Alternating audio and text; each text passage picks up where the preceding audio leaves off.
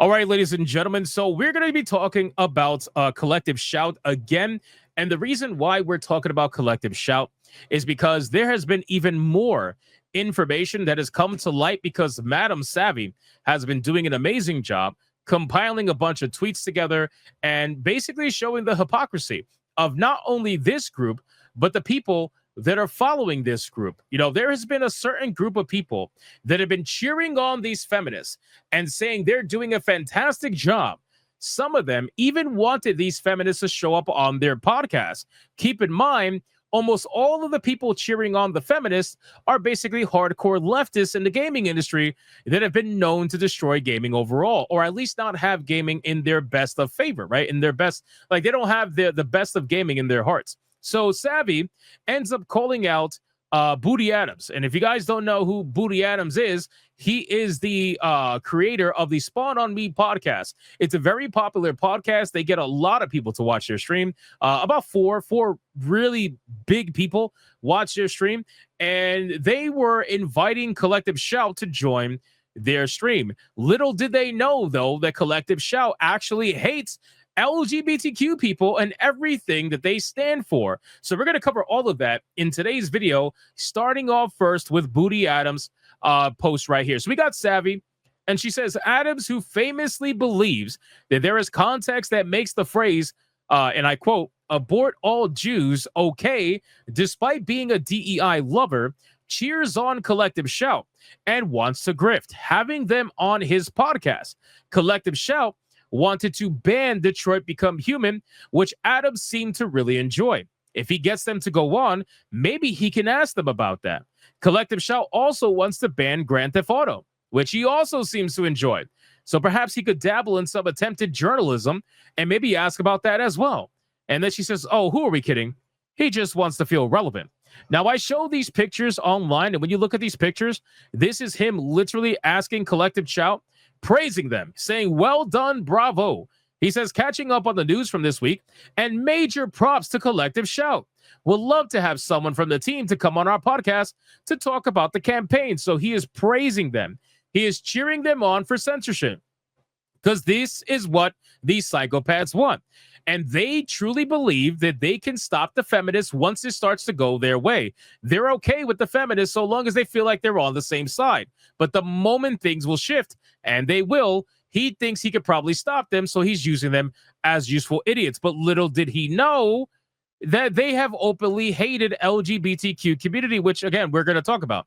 So here you got Booty Adams shilling for Detroit Become Human on the left, saying this is one of the greatest games ever, basically, and that it's his most wanted interview for the year that it came out.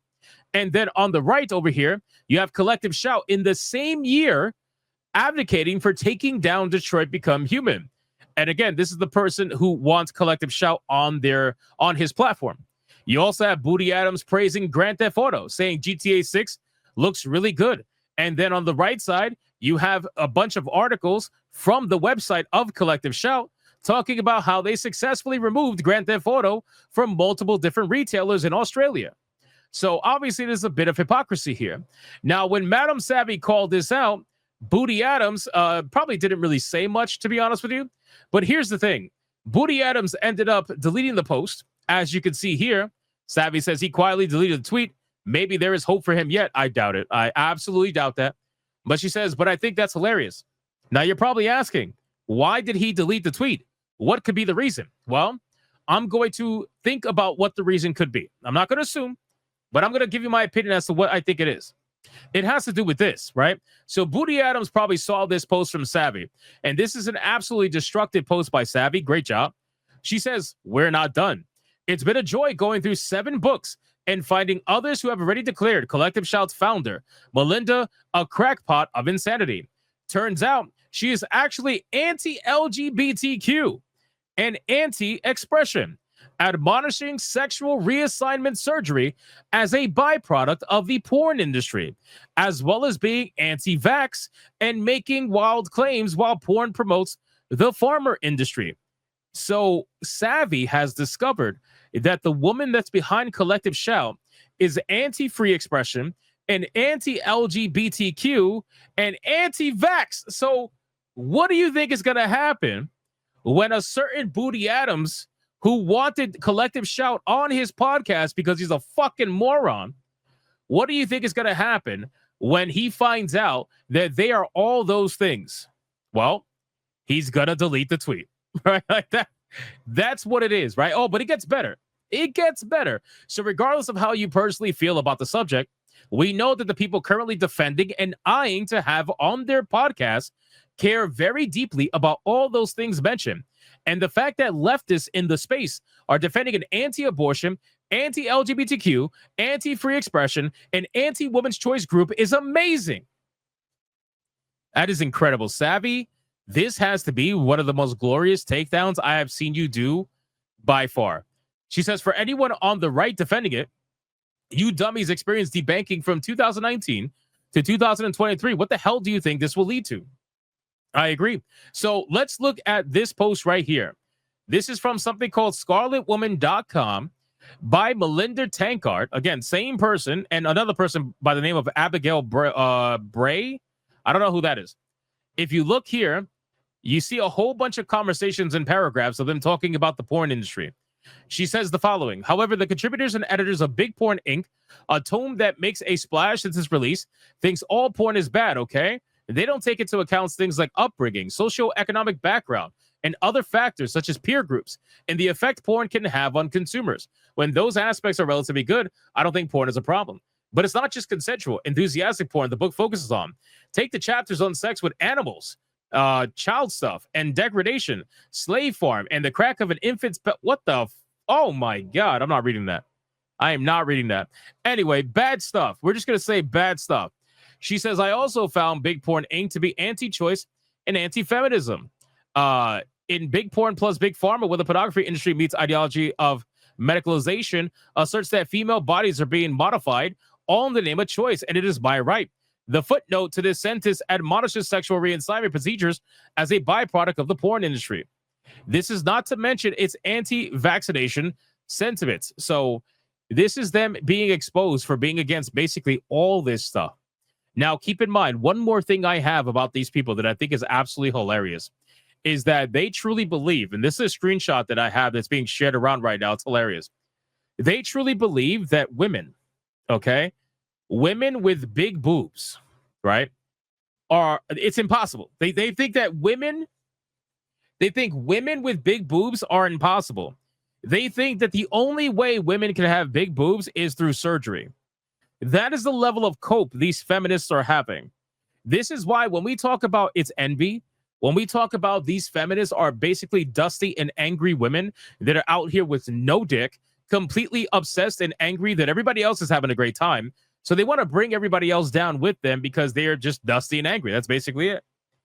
This is the article that we're going to have in question. Video games with porn-type heroines are harming children, apparently. Body image experts say. Do you notice how they constantly bring up kids? They constantly utilize kids as a weapon to try to get what they want, even if what they're talking about pretty much never involves kids. Don't you think that's hilarious? Let's figure this out. Heroines with impossibly big breasts. Because apparently Lara Croft, Cortana, like impossibly big breasts. Unreal bodies putting on sexual poses are harming a generation of Australian children, says women's advocates. Yeah, they're really women's advocates. They're such women's advocates that they believe that women with big boobs are not real. Which, by the way, obviously that's bullshit. Porn influenced heroines in video games with impossibly big breasts and unreal bodies are harming a generation of children. Even when women are depicted as kicking ass, they have to be hot doing it. Youth and women's advocate Melinda Tankard Rice said. So, same person. Attention is drawn to her sexual characteristics, with tight clothing emphasizing large, surgically enhanced boobs. Surgically enhanced boobs, ladies and gentlemen. So for all the women that are out there right now, either watching this video or are in the chat right now, just let it be known, if you have big breasts, they are not real. I know you felt them this morning, and I know they felt real, but they're not real. Attention is drawn to her sexual characteristics with tight clothing, emphasizing surgically enhanced boobs. It's almost assumed that boys wouldn't want to play games without sexy women in them.